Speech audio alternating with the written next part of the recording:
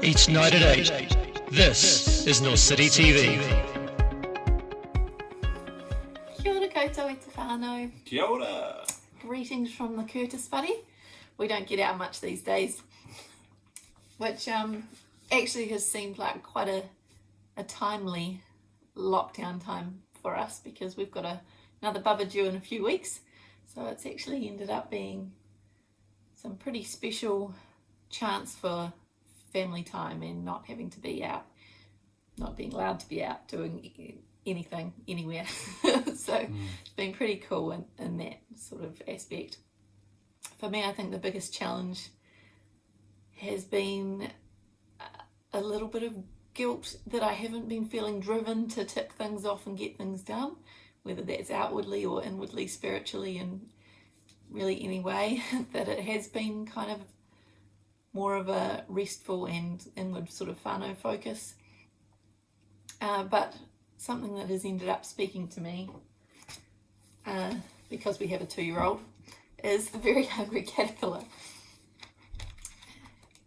I think a lot of us can probably identify with that page during lockdown, but what has spoken to me has been where the caterpillar builds a cocoon around himself, stays inside for more than 2 weeks, just like us, then nibbles a hole and comes out as a beautiful butterfly.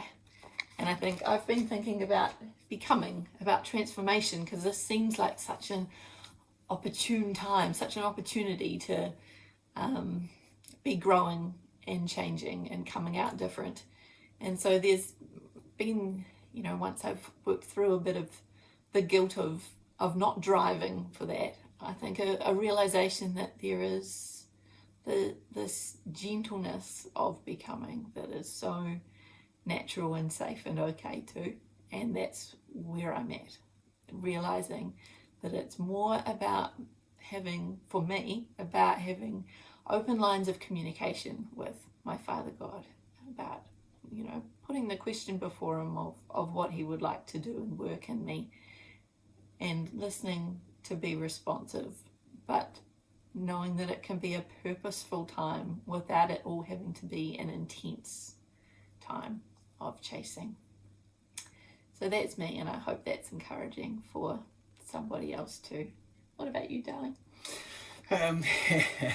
So my experience so far has been, it's been pretty relaxed. Most of it's been great. But at the start it was actually a bit intense.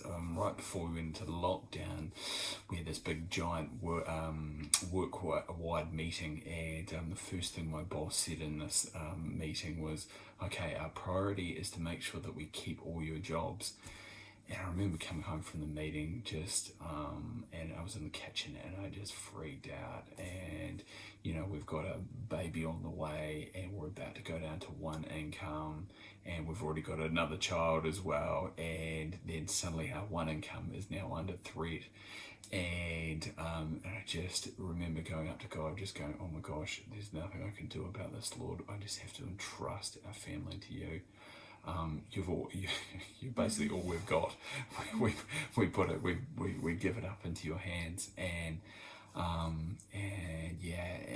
remember and then I was later reading something about faith and a description of Martin Luther's the way he saw faith, and he saw it as not an intellectual assent of something, but a complete self-abandonment to God and to the goodness of God and to the promises of God.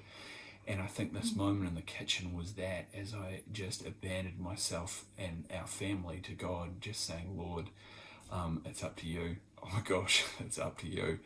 And it was actually really beautiful, because I felt like God just responded. He gave me a beautiful Psalm 145, and it was just amazing. He just came and met me, and I've had these beautiful kitchen encounters with God since that moment.